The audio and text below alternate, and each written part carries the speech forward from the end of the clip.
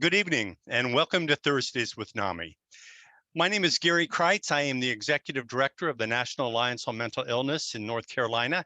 Peg is off tonight, so I will be your host. Thursdays with NAMI has been around for about 3 years now. It started at the beginning of the pandemic as a way to push back against the pandemic. But since then, it's become a weekly conversation to build community around the topic of mental health. Tonight's guest, whom I will introduce in just a few minutes, is Anita Daniels. She is the president and CEO of Actualities Limited. It's a clinical practice offering behavioral health and wellness, sports counseling and consulting, and addiction treatment. And she's a founding member of the Alliance of Social Workers in Sports. Anita is contracted to work with student athletes at North Carolina Central University. I love Central. Soar Eagles. And with over 30 years of experience, she has served as a field instructor for college students pursuing bachelor's and master's degrees in social work, psychology, criminal justice, and human services. Anita earned a Bachelor of Social Work from East Carolina, an MSW from the UNC Chapel Hill, and the Graduate Certificate in Sports Counseling. Now, as usual, the first part of our show will be an interview with our guest, and then partway through, we will stop and we'll show the video of the week, and then we'll spend time answering questions from you, our virtual studio audience. But to start out, a word from our sponsors.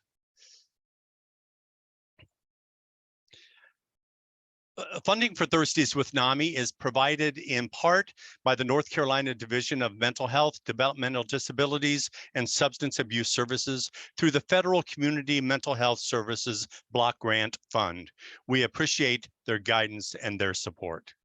And now, without further ado, welcome, Anita. Thank you so much for allowing me to be here to talk about the mental wealth of athletes. Oh, and it's such an important topic. It's such an sure important is. topic. The whole idea of mental health in sports is unfortunately has been brought to the fore lately by some really challenging circumstances with some athletes who needed to withdraw to take care of their mental health, others that unfortunately died by suicide. So it's a pleasure to have you here with us tonight. We always like to know the background of our guests. So if you would, talk to us a while about your story in a nutshell. Oh, my story in a nutshell. I knew when I was young that I wanted to be a guidance counselor. That's what I said. And some people misunderstood that. But I knew that I wanted a career where I could help people navigate systems that would allow them to improve their life, I say above ground. And Mm. so I didn't know what to call it. So when I went first to Fayetteville State and said I wanted to be a guidance counselor, they said, we don't have a guidance program, you need to transfer. So I left and went to East Carolina, and I told them the same thing. And the person said, you need the major in sociology, social work, or psychology. I just chose social work, and it was the best decision I ever could have made. And so I've been a social worker now for 38 years. I just recently started working with the athlete population in 2015. And it's a real unique story. I was watching Super Bowl 43. By the way, I was a cheerleader in high school and in college. So love sports, always have.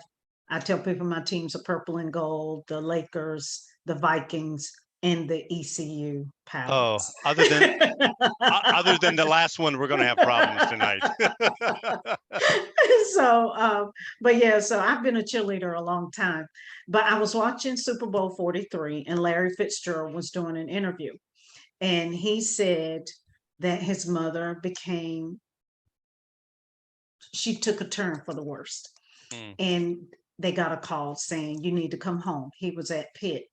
He stayed for practice. When he got home, his mother was unconscious and never regained consciousness and died. Mm.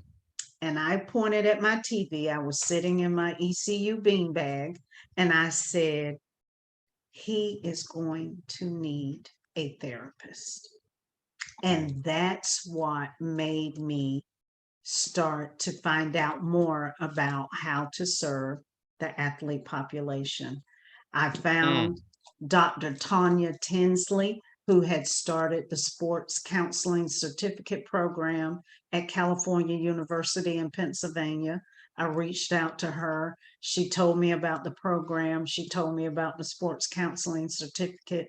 And a couple of years later, I jumped in. But before that, I was doing my homework, going to seminars, anything that I could find about serving the athlete population, and learned so much, not just about them, but even about myself. So that's really how I got into it. And ironically, I think it was about a year and a half ago, I saw an article where Larry said, if I could have had a conversation with my 20-year-old self, I would have made a different Mm. decision. That is powerful. Mhm. That is powerful. What was the program like up at the university that when you got the certificate? I've never heard of a certificate in sports counseling. It sounds fascinating. Well, it is. And the thing is, what they teach you about is athlete development. They teach you about counseling athletes. They teach you about performance. So, ways that you can teach athletes how to perform better. They teach you about grief and loss. You know, if an athlete has a life altering injury and Mhm. won't be able to participate in their sport anymore. So all of those things we learned about, and then we had to have an internship because I was here in Durham, and my link sister, the late Deborah, oh gosh, Deborah, she was the chancellor, and I am drunk, Deborah Saunders' wife. Mhm. She was my link sister, and so I contacted her and said, I want to do an internship with athletes over at North Carolina Central. Mm. And so she was able to get me connected to Dr. Ingrid Wicker McCree, who has recently moved on from North Carolina Central, but was the athletic director for 14 years. And so that's how I started working with student athletes at North Carolina Central. And it was just a wonderful experience. So I could think about youth development. I could think about when an athlete got injured, how I could encourage them if that injury was something that would keep them from being able to play again. I could talk to athletes about getting back on the field or back on the court after they'd had an injury, you know, working through, you know, re-strengthening that limb, whatever it might be, Mm. so they could get back to playing their sport. So it was a great learning experience. And the thing that I feel like I really learned, and I tell people this, is don't say to an athlete, well, why don't you just quit? Mm. That's like I learned, do not say that to Mhm. them. Let them say to you, well, you know, I'm thinking maybe I don't want to play this sport anymore. And then we talk that through. So it's very Mm. different to have them initiate that conversation instead of the counselor saying, well, maybe you should just quit. Maybe you don't want to play anymore. Mm. Um, so that was, I'm like, if I didn't learn anything else, I definitely learned that. That's wonderful. And Central is such a good school, and I mean, the athletic programs are just top notch. I mean, the fact that basketball has been in the tournaments, and it's just Central has a big future. And I just think it's wonderful that they would have a person like you to help them through it. Um, Hmm. which sort of brings me to my next thought, Anita. We know statistics are clear that mental health conditions on college campuses are not good right now. It's always a stressful time, but since the pandemic, it's been even more so. And but when you're talking about student athletes, you're talking about a whole another layer of anxieties and Hmm. stressful situations. So if you could please talk for a little bit about what kind of things do athletes have to deal with that make them especially susceptible to needing counseling or mental health challenges, even if they don't say that they want to get it? What are some of the stressors that athletes go through? They go through a lot of the same stressors that other students experience. The difference is they are on display. Yeah. Everybody knows who they are. I had one athlete I was working with who wasn't playing. He had an injury. Well, the last thing you want is people walking up to you asking you, why aren't you playing? Why aren't you in the game? Why aren't you playing? So there's everybody knows me. So that you can't do anything wrong. I say to people, I used to say that I could get a speeding ticket and nobody would notice. But now that I do forensic evaluations for the court, I'm sure the DA's office would say, oh, she got a speeding ticket. But athletes can't do anything. They're in this bubble. And so imagine the level of scrutiny. Don't have a bad game. I have stood up at games when people had said, he's sorry, take him out. I stand up and I look over my shoulder. That's someone's child. It is. So it's that kind of pressure of always feeling like you've got to do everything right. The other thing is that people don't realize they are up at 5 and sometimes they're not in bed until midnight. And then they have to be up at 5 again. And so always on display. When you get to party with your friends, they have to be in study hall, or they have to be at practice, or they have to be at training, or they have to be traveling to a game. And so they have curfews. You get to stay out until 2. They have to be in at 11 or midnight. So all of those kinds of stressors, and then family members, I hate to say it, but family members can be tough.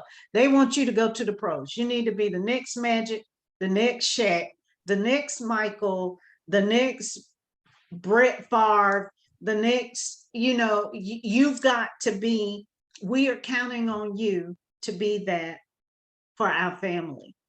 And we know less than 2% of college athletes make it to the pros, less than 2%. So, and with women, it's even less than that. So less than 1% is like 0.8%. And so that pressure of, I can't get hurt, I can't flunk out, I can't get in trouble, I've got to try to make it to the pros. That's a lot of pressure That is a huge amount of pressure. Sometimes I'm a huge Ohio State fan. I was raised in Ohio, and the other thing that I point out. Go ahead, please. No, I was just going to say, I have a brain here, and I use this brain often, and I try to remind parents, even your son or daughter who plays this sport, their brain is not fully developed until they're 25. So true. So we expect them to be able to make life decisions like they are already in the pros when they haven't, their brains aren't even fully developed yet. So that's the other pressure that they're under. They're held to a higher standard. I saw a college game just within the last week that it was lost on the last play of the game by a missed field goal. And everybody was so up in arms about it. And I'm sitting there thinking, that guy is 19 years old. He's 19 years old. When I was just bobbing around campus doing nothing, he's got a national audience passing judgment on him at age 19. I can't imagine that kind of pressure. And they do. They receive nasty emails. They receive nasty letters. I mean, the things that fans do, it's unbelievable. And like I said, sometimes parents can, put a lot of pressure on too. I can get 400 yards, but if I miss one pass, you don't remember the 400 yards, you remember the pass I missed. So that's additional pressure, is always being scrutinized. And most of us don't live under that kind of microscope, and to be so young. Yeah. And having to maintain a certain grade point average when, as you say, you're not only going to class and studying as much as everybody else, but you're every day having to practice. And depending on what conference you're in, I'm like I said, I'm an Ohio State fan. You could be a Rutgers student flying to Nebraska for a tennis match and having to get your homework done in the meantime. Such an incredible amount of pressure. And one thing, and that's true, and one thing I do appreciate that a lot of the universities are doing, I also, and I don't think I said this, but I also serve student athletes at Duke as well. But they have staff going with them to help with study hall and all of that, so they could still get their assignments completed. So I appreciate that the universities are putting in that extra effort to make sure the student athletes have some support when they're away from the university. I just admire these amazingly talented kids that they can even hold it together at all, considering the amount of pressure that they're under. Mhm. And you're right. In many cases, they are defined by their sports, Mhm. and if they have an injury, their whole definition changes. Mhm. That's a lot to put on a 19-year-old. It really, really is. And um, I try to remind them, you're only 19. You still have the rest of your life ahead of you, and it doesn't stop here with you running track or playing basketball or playing golf or whatever your sport is. That you still get to be a teenager if we can try to give you that opportunity. And I think that is so needed. I mean, Mhm. kids in general have to grow up so quickly, but the athletes, they have such immense pressure on them at a young age. They do it, Mhm. and they do it with grace, and they do it with skill, but they also do it with a lot of anxiety and depression. Mhm. Absolutely. They are anxious a lot. They are more anxious than they are depressed. So it's always just feeling that level of, what if I make a mistake? What if I don't do this right? What if I don't score? What if I miss a pass? What if I miss the last shot? What if that person crosses the finish line before me? It's just, and then some of them, their education is based on the scholarship. Hmm. So I got to perform well to keep my scholarship. I've got to keep my grades up so I can perform well to keep my scholarship. It's just, it's more pressure than most people in college have to go through. Yeah, I have such admiration. Anita, because of your work at North Carolina Central, and again, it's my daughter's alma mater, so it's near and dear to my heart. But are there, as an HBCU, are there unique stressors that athletes of colors have to deal with that their teammates may not have to deal with? And if so, what might those stressors be? I would say they do have different stressors. Some of them come from families that cannot provide any additional support. So even if they have a full scholarship, the family may not be able to, send money during the week or during the month or during the academic year. So if anything goes wrong, that athlete has to figure out, how am I going to cover this? That's some of the things that they experience. The other things that they experience, as I said, is the family wanting them to be the one to get us out of whatever our financial situation might be. But I will say, as I think about athletes in general, some of the other things that athletes deal with, not just at North Carolina Central, but they deal with um, people believing they are entitled because they play sports. Some think that everyone gets everything paid for, when some athletes are walk-ons. They are. They don't have a scholarship, but they are playing the sport because it's something they enjoy. And so people assume, oh, you're getting paid. No, they aren't getting paid. So all of them aren't getting paid. Some are walk-ons. The other is, people believe that teachers give them preferential treatment. It does not happen. If anything, it seems like it's a higher level of scrutiny. And so that's the other thing that they deal with. And sometimes even their classmates will think, okay, you don't have to work as hard as I do because you're an athlete. So the teacher's going to, that doesn't happen either.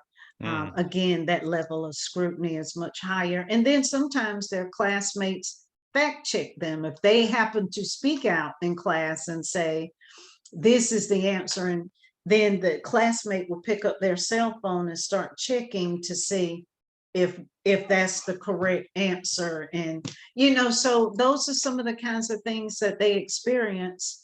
Sometimes microaggressions. And, you know, when you think about the revenue generating sports, a lot of the athletes are athletes of color. So football, basketball, men's and women's, sometimes track. So they get a lot more scrutiny by people fact checking, like the only reason you're here is because you play sports. A lot of these athletes, they have to meet the criteria to get accepted into the school.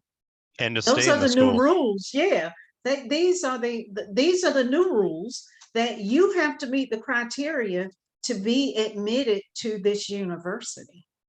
That's North Carolina Central, that's Duke, that's all of the universities now.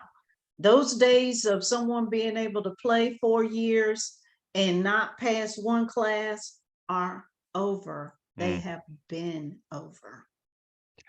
And I think there are professors that will, in their mind, almost be harder on an athlete. They are that harder. I am not going to cut you a break just because you're an athlete.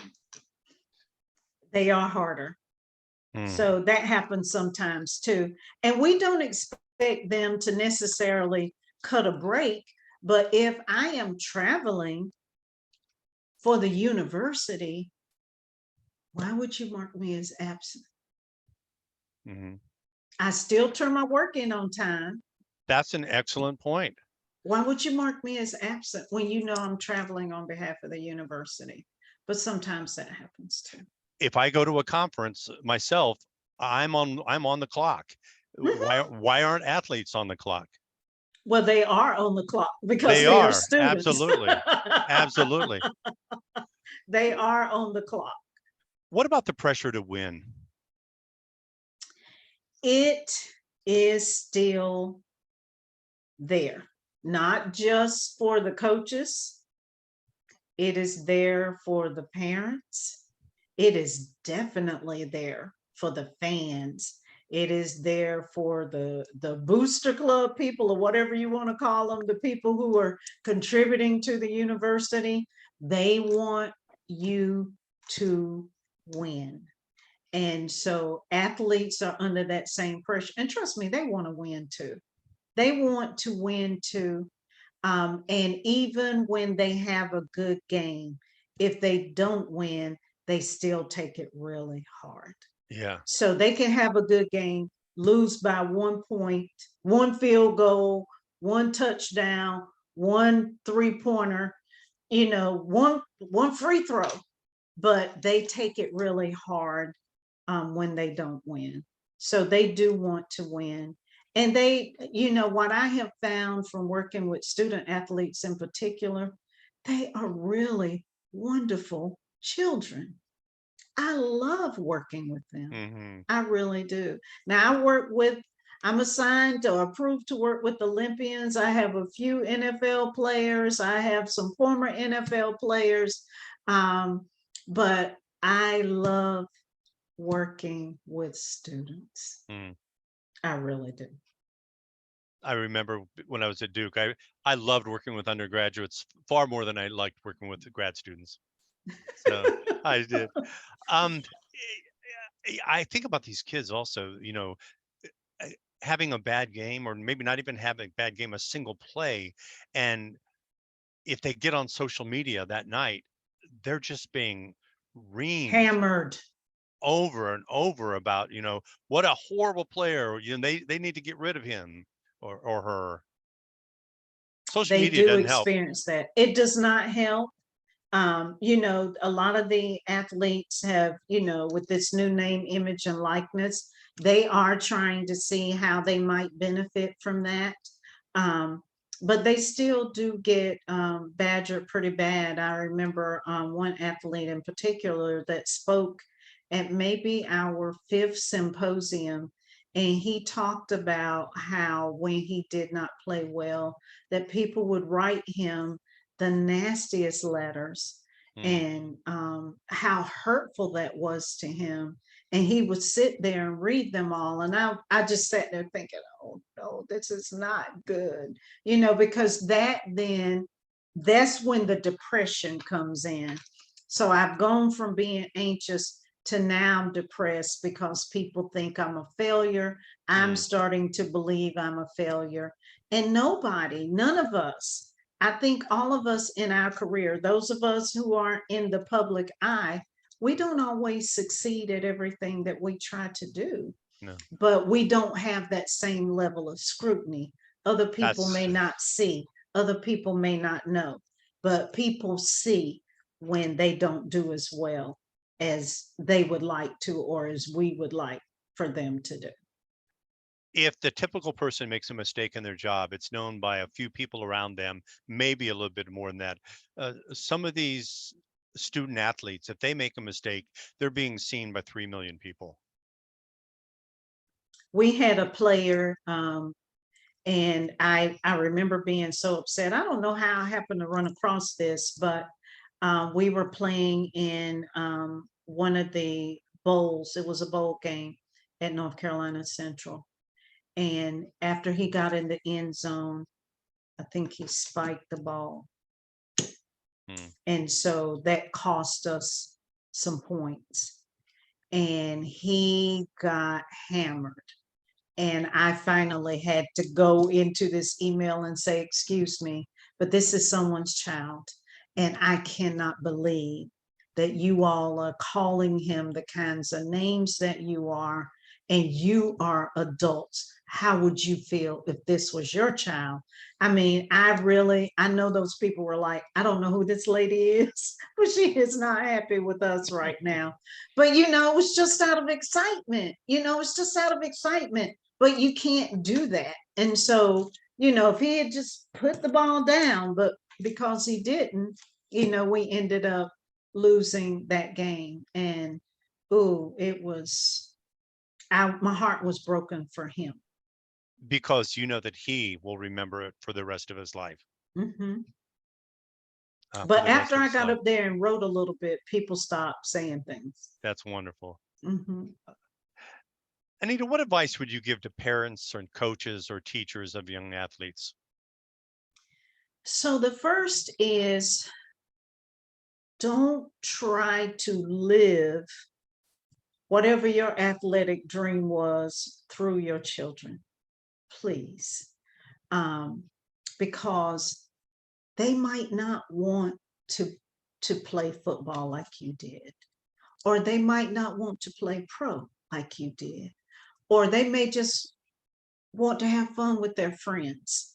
But parents have become, youth sports is the money generator. Parents are kicking out money for their kids to play soccer and AAU basketball and you name it. Mm. And kids, every child may not want to do that. And so I hope they will let their children decide if they want to play, how long they want to play, encourage and support them, but not force them to go beyond where they want to go. Because sometimes kids are out there because the parents want them to be, not necessarily because they really want to be. And even if they want to be and they make a mistake, you're the person that needs to wrap your arms around them and say, it's okay. The Mm. other thing that's important to me, and this is coaches, parents, teachers, everyone, please allow them to get the help that they need. If they need counseling, find them someone. Don't allow them to suffer and just say, oh, you're okay, you're going to be okay, it's going to be okay. If they say they're anxious or depressed, find them, work with them to find someone that they like, that they would feel comfortable talking to. I have a few teenagers, didn't expect to have them. Their parents found me and they say, you know, my child is so happy. I am just so glad. I am just so glad. But find them someone who understands sports. That's the first thing. The therapist really needs to understand that and understand why it's so important to the athlete. And then make sure they get the help they need. Don't let them suffer and pretend that you don't know something is wrong, because we do know when something's wrong. At least I hope we do. I really like that. And I like the idea of parents really not trying to live out their lives through their kids and allowing my coworker back when I worked at Duke, just a most amazing woman. She had a son that he was built like a linebacker. He was huge and strong, and I mean everything in him. And when he played at a really high level. He did not want to play sports. He wanted to go into drama, and it's and she had the grace to say, if that's what you want to do, if that's what's going to make you happy, then you should do that. That in a world, I was raised in small town Ohio, in a world where everything revolves around sports, and it used to be that the entire town would come out on a Friday night to a high They school do. basketball. For a parent to be able to say, if you want to stop and you want to be in theater, then you be in theater. I was just astounded by her wisdom. And that's how it should be, because at some point they decide they don't want to play. You know, I think about when I ask athletes, how long have you been playing? Well, I think I was about, what time, how old were you? I was like maybe 6 years old. That's I pretty was young. not playing sports at 6 years old. I wasn't even cheerleading at 6 years old. And that's the other thing. Cheerleading is now a sport, and you can, I mean, it's One of the everywhere. it's actually one of the hardest and most dangerous sports out there. It is. It is. Though you're talking about world-class athletes there. Gymnasts, basically. That's amazing. You're the CEO of Actualities Limited. Tell me about your practice. So I decided after leaving the youth coordinating board, I was director of the youth coordinating board in Durham. And I decided after leaving there that I wanted to start my own practice. And then I wanted a name that reflected how I wanted my relationship to be with my clients. And so I said, actual, real, no facades, no masks, no excuses. If you're coming to me, we're going to dig in, deep, and you're going to walk away feeling better than when you came the first time. And so that's how I came up with the name Actualities Limited. But I wanted people to know that they could be truthful, that they did not have to try to present themselves at a place or in a place that they had not arrived yet. And it was okay for us to start at ground zero and work our way to wherever their place in the world is supposed to be. And that's how it started. Initially, it was part-time, and now it's full-time. It was Tuesday, Wednesday, Thursday. Now it's Monday through Friday, sometimes Saturday. I commit to, I'm off on Sunday. That is God's day for sure. And but I do blend spirituality in my counseling. That was the other thing, because a lot of people, about 80% of the population, believe in God, somebody. Yeah. Buddha, somebody. And I love Buddhism. You know, even though I'm a Christian, I like some of the principles of Buddhism. And so I blend spirituality into my counseling because 80% of the population believe in a higher being. Now, your practice isn't exclusively athletes, is it? It is not. It is not. I serve individuals, I serve couples, um, I serve athletes. It's whoever feels that I'm a good fit. And the other thing that's important to me is if I'm not a good fit, I have no problem with helping a client find a therapist that's right for them. Mm, And I think that is so critical. I am not offended. I've never been offended. And I can say a lot of my clients, after they feel like, okay, I've handled things and something comes up, they'll call me back. I'll bring them back in. We call it a booster shot, kind of like this COVID love thing. it. I love it. So they come back and get their booster and then they're off again. And if they need a booster, they come back. Mm, But I keep that door open for them to that's to wonderful. return if something comes up that's more overwhelming. And I think you're really wise that you can have a counselor that is an absolutely wonderful counselor, but if you need someone that fits a little bit differently than your personality, it's not a bad thing to seek that person out. Absolutely. So, Absolutely. I mean, I lucked out. My counselor is just wonderful, and it's just, but not everybody has that luck on their first time. So, And I haven't, some people have come and said, I want to try someone else. And I say that is perfectly fine. I am not offended. You are trying to be healthy and whole. And so you deserve to have the person who's going to help you. hmm, absolutely. Anita, you talked a little bit about your faith. And I know that that the centrality of your faith in not only in your work but in your life. You work part-time, or I think, or as the assistant minister at Union Baptist, Pastor Rivers Church, Yes. in Durham. Could you talk a little bit about how our faith traditions, and I'm a Christian as well, but not all NAMI people are, but a lot of them are of some faith tradition. Talk a Mhm. little bit about how our faith traditions can be an asset to someone needing mental health support, but also times when our faith traditions can actually be a liability. Well, they I will start with the liability because sometimes people believe that, I just need to pray and that's all I need to do. But it's written in the scriptures, and, I'm a Christian, and my grandfather was a Baptist preacher. So, as you know, I tell people I started hearing about God and Jesus when I was still in the womb. But it's part of the fabric of my life, so to speak.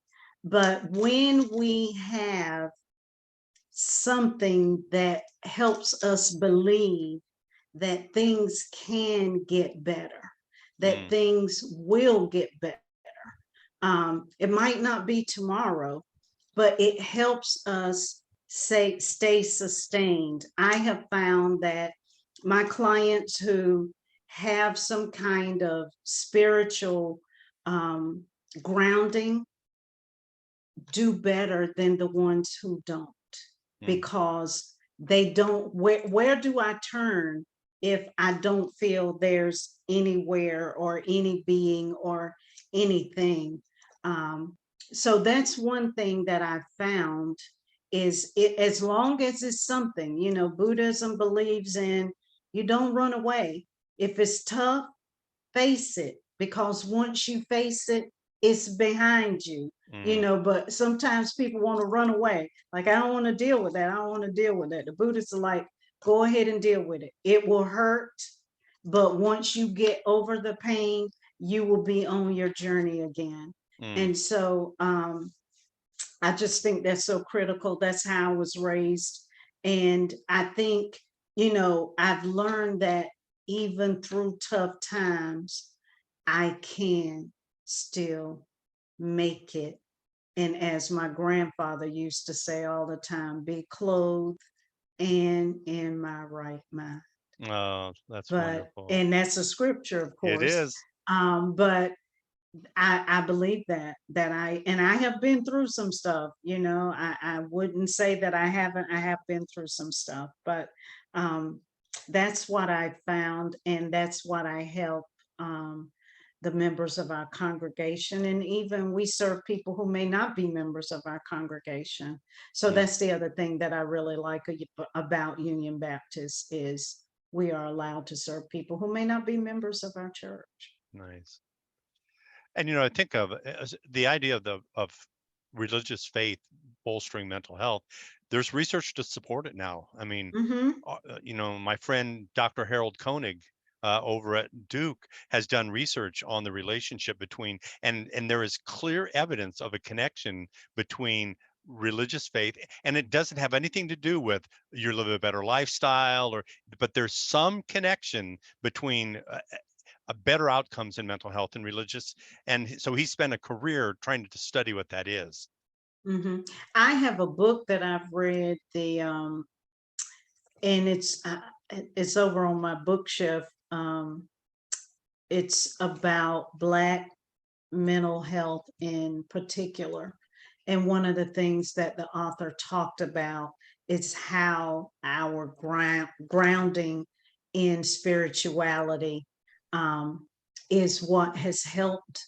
Mm, When we think about, um, and I won't say this is true for everyone, but I will say, as I think about young African American children in particular who are committing suicide, a mm, lot of them were not raised in the church. Some were, but some were not. But I know for me, I just knew there was a God that was taking care of me and watching over me. And even though I was anxious or depressed, He wasn't going to let anything happen to me, and I could make it mm, another day. And mm, sometimes people just don't believe I can make it another day. mm. There's some real, that is a deep well there.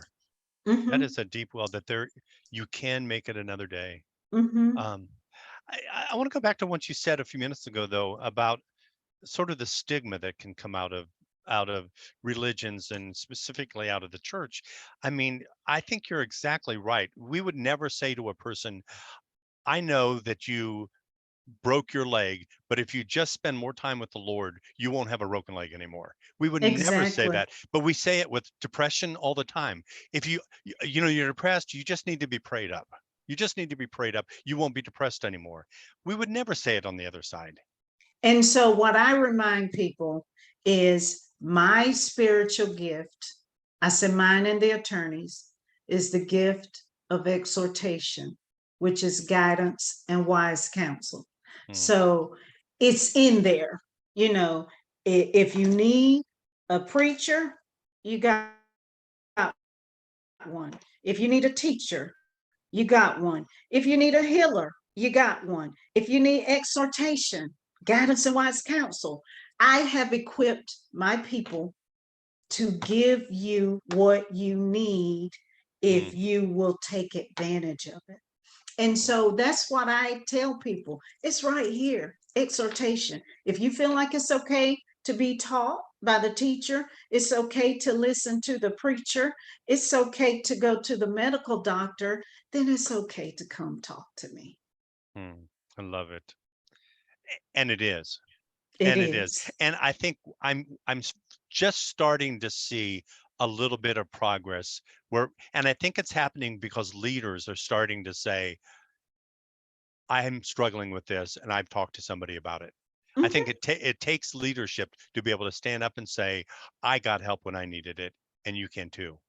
And the more people say it, I will say it's more normalized. I remember saying to Pastor Kenneth Hammond, our former pastor, I used to say, Pastor Hammond, I wish going to counseling was as fancy as rap music. Maybe more people would come. And I'll never forget one time my grandfather was watching TV and it was a football game and the stadium was packed. And he said, I wish we could get that many people in church. And Oh, I cracked up that because I knew what that's he meant. great.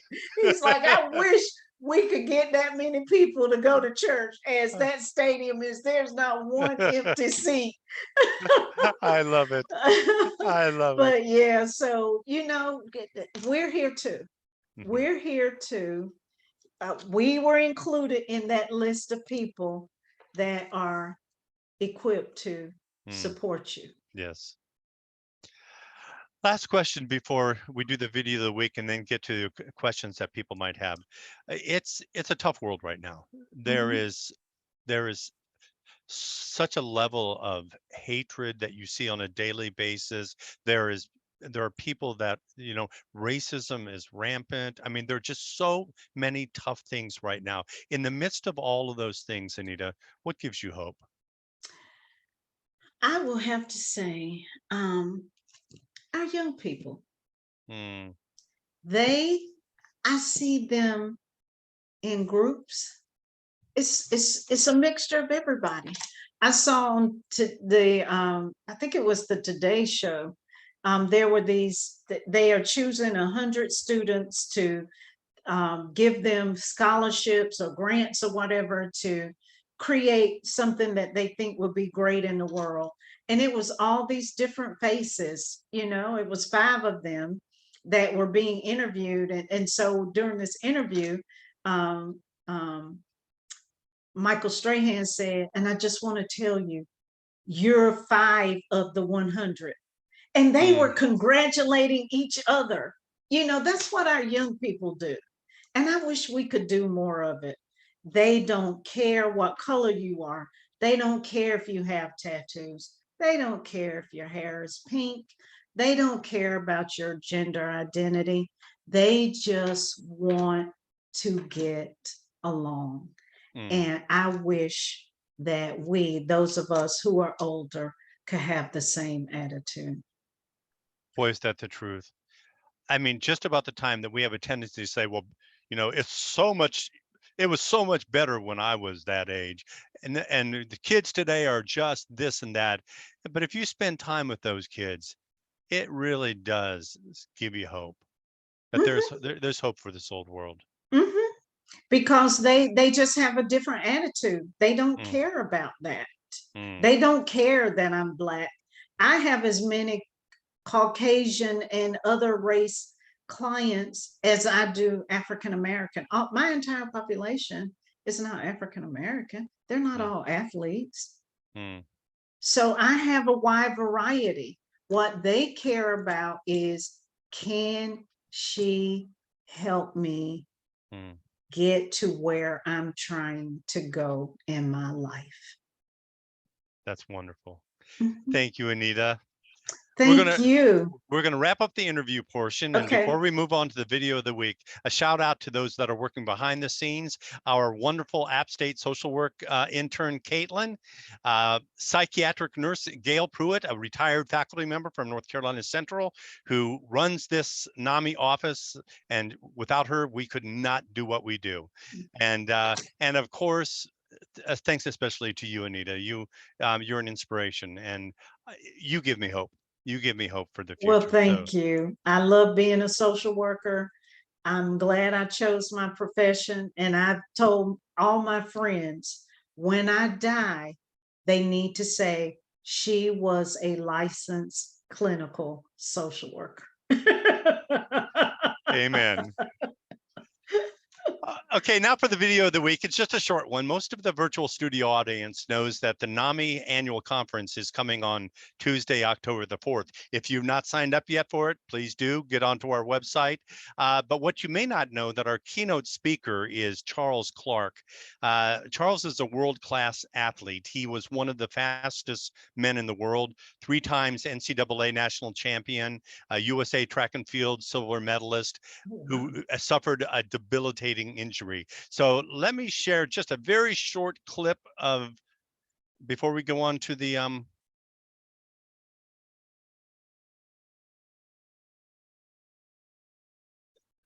question and answers. Can you see it?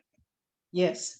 Yo, what's up? It's Charles Clark, world-class athlete and motivational speaker. As someone who's battled with sports anxiety and learned how to overcome the adversity of a devastating injury, I'm so excited to share how we can use adversity to build greater mental toughness and mental health. So join me at NAMI North Carolina's 2022 annual conference on Tuesday, October 4th at the McKinney Center in Raleigh, North Carolina. This is going to be the highlight event of the year because this is the first in-person annual conference in 3 years. Now, we've had many challenges along the way, but this conference is all about going to the next level of educating, going to the next level of empowering, going to the next level of encouraging members in our community that have been affected by mental illness. So register for this awesome, extraordinary conference at NAMI North Carolina's website, www.naminc.org. I'm so excited to see you guys there. Let's rise and thrive. Peace. Yo, what's up? It's Charles. He's going to be wonderful. He's a He sounds like he's going to be wonderful. dynamic speaker. I will be traveling to Indiana because our conference is the 5th and 6th of October, the Alliance of Social Workers in Sports. And it will be our first time getting back together since 2019. Where in Indiana are you going to? We are going to be in Westfield, very close to Indianapolis. And we'll be at Grand Park. So that's where the Indianapolis Colts actually practice off season. So we're excited. That's Hope we fantastic. get to see some of them. And we'll also be traveling to the NCAA. So it'll give us an opportunity to meet with them as well. Fantastic. Okay, virtual studio audience, this is the time where you get a chance to ask your questions of Anita. If you have not been on a Zoom webinar before, just click Q&A. It's down at the bottom of your screen, and then type in your question here. It'll show up on our screen here. If you have put something in the chat box, a question, they may get lost. So if you could put it into the Q&A. So Anita, the first question, what population did you work with and why did you choose that population? What was the challenge in choosing your niche with athletes? So I really started out with student athletes, and I would say that I enjoyed them the most. They really are my niche. I would say I work with them more than any of the others, even though, as I said, I have some professionals and some former professionals.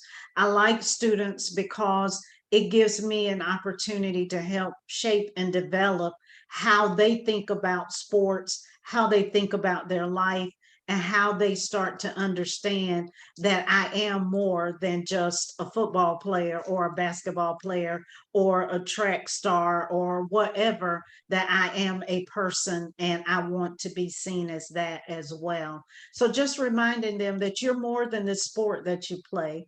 That's one of the things that helped me choose them as my primary group that I serve. You know, this isn't one of the questions that the studio audience just triggered it in my mind. You were a small town person, relatively small town person, and you've also lived in large cities. Are there challenges that athletes face? Are they different in those two settings? Not really, because it's still, dealing, the only difference that there might be is not having access to the same resources. So in a smaller, like rural community, they won't have as much as they would have in a community like the Research Triangle. I mean, I feel like the athletes in this area have a lot more, not just the colleges, but the high schools as well. They have a lot more resources than in some of the rural communities. And that can filter all the way down to the equipment that you have in the weight room. Exactly. Okay, another question. Hi, Anita. My dad played college football and played briefly in the NFL. During his first year, he tore his ACL and was let go from the team. How do you work with athletes who experience an injury that ends their career? And how do you help them find their place in the world? Great question. That is a great question. And I have had some athletes to have injuries that cause them not to be able to continue to play their sport. And the first question I asked is, if you hadn't been playing this sport, what would you be doing? What would you like to do? What else do you like? What do you do when you're not playing this sport? And so that's how they discovered what else they wanted to do, or if they still wanted to be involved in sports, how can you still take your sports background and utilize it in places like player development or coaching or teaching or strength training, any of those things, writing, being a commentator.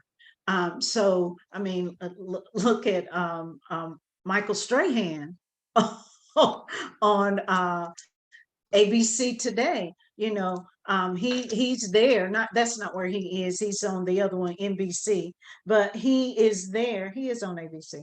So he used to play football for Philadelphia, ended up getting trophies and everything, and now he's a commentator. So you can still be connected to sports without necessarily playing the sport. And it's trying to make sure that whatever you do is what you really want to do. I think you're wise there. And I think it's not simply injury, but even if you happen to be one of those few people that make it to the pros, you're lucky if you have 6 to 8 years. If you make it 8 years in a pro career, that's a long career. And so eventually you're going to have to be doing something other than being on the field or on the court. And so think about the other areas of the sport world that you enjoy. And a lot of former NFL players really enjoy player development, telling the guys what they wish someone had told them. And so that is a wonderful area for men and for women, player development. I'm not asking you to share anything confidential, but do you ever counsel coaches? Yes. And they are under the same kind of scrutiny. They got to win, or guess what? Your contract's cut, you're going home. So they're under the same level of stress. And then when you think about it, they are away from their family so much, away a lot. And that can put a strain on a marriage. And so they have to think about, that's male and female. It puts a strain on your relationship when you're gone all the time. And it seems like you're spending more time with other people's children than you are with your own. And so we talk about how can you make sure that you incorporate time for your family. This is critical, because when this is over, that's who you'll be going back home to. And you don't want them to look at you and say, do I know you? I don't think I've ever seen you in my life. So you got to make sure that you spend time with them, and that they know that they are a priority too. But yeah, that is I didn't even think of that, because it's true. Because if you have 4 months on the field, you have 2 to 4 months practicing, but the rest of the year you're out recruiting. That's a lot of time. It's a lot of time away from your family. And so I really do encourage coaches to spend time whenever they can with their family. Make time for your children. Another question. There's a lot of discourse around whether or not individuals under 25 should be allowed to play contact sports due to concussions and traumatic brain injuries. Do you see client issues due to concussions in your practice? And what do you think can be done to further protect young athletes? One of the things that I do is I attend a lot of the webinars that the medical director for the NFL hosts. He usually hosts a webinar every month. And he's really looking at ways to make it safer. I've noticed that the helmets, they have different helmets. Even in practice, they aren't doing as much contact as they were, so they understand we're not out here doing what we used to do. And even in youth sports, they are looking at ways to keep the athletes safe. They are looking at ways to make sure they get enough liquids, hydration, and they are teaching them what to look for if someone should collapse. So there are rules now that don't allow them to do as much for as long as they used to, because, you know, some kids could be out there from 2 o'clock in the afternoon until 10 o'clock at night. The rules are different now. And so things are being put in place that they can't be out there in the height of sunshine, and they can't be out there for long periods of time. And then a lot of what they're doing is not this head to head like it used to be. It's more, you know, the play, you need to touch the person, whatever, but we're not trying to grab and tackle people until we have to. And then there are penalties, including teams being, you know, people being thrown out of the game, not thrown out, but, you know, you have to go to the locker room if you really intentionally try to hurt someone. So the Yeah. players understand they don't want to get hurt, and they don't want to hurt anyone else. The targeting rules that are out there now. Yeah, because we have people, I think, that are, you know, they're starting to put football helmets on at age 6, and that's a lot of years of potential injury. It is, absolutely. And so the coaches are being taught that even with youth sports, we have to be mindful of how much contact there is to avoid those kinds of concussions and head injuries. Well, Anita, there are no more questions in the queue. Let me say, just to announce about next week. But first of all, is there any last thing that you would like to say, Anita? I would like to thank everyone who was interested in this topic, because there are so many. When you think about youth sports and kids starting to play, how old did I say they were? 5 and 6 years old. And so they're playing through elementary school, through middle school, through high school. They're playing in college, and they're playing professionally. They're in the Olympics. They're playing overseas. There are so many athletes, and they need social workers, professional counselors, licensed psychologists. They need us. Of course, I'm going to pitch social workers, but they need us to help deal with the anxiety, the depression, the always being on blast, always being watched. And we know how we would feel if someone was watching us all the time. That is a lot of pressure. So if it's an area that you're interested in, please feel free to reach out to me, reach out to the Alliance of Social Workers in Sports. We are here to help you get connected, and there are more than enough athletes to be served, I promise. Thank you, Anita. It has been such a wonderful time with you.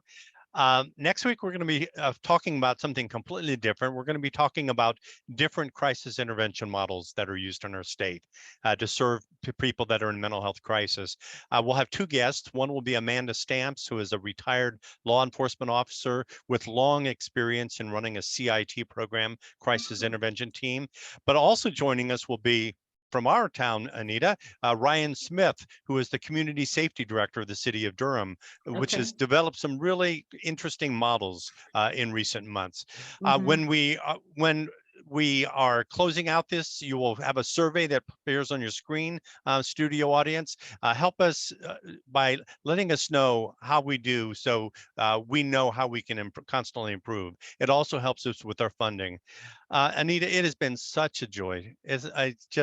I can't imagine the level of help that you're giving to athletes and to non-athletes both. It has been an honor having you on. Well, thank you again for inviting me and giving me an opportunity to help people understand the athlete community better. And maybe we'll have a little more compassion when they see someone drop a pass or miss a layup or whatever it is, that they'll say, oh, wow, which is different from, you're sorry. So And that's as you what I say, hope. remember that is some mama's child there. It is someone's child, and it could be yours, and you would not want anyone to treat your child poorly. So It is a blessing that to have you. Thank you for the work you do within the church, but also the work that you do in counseling. And I'm sure we will have times to be conversation in the future. Thank you for Okay. joining us, Anita. Thank you. Take care. Good Good night, night, everybody. everyone.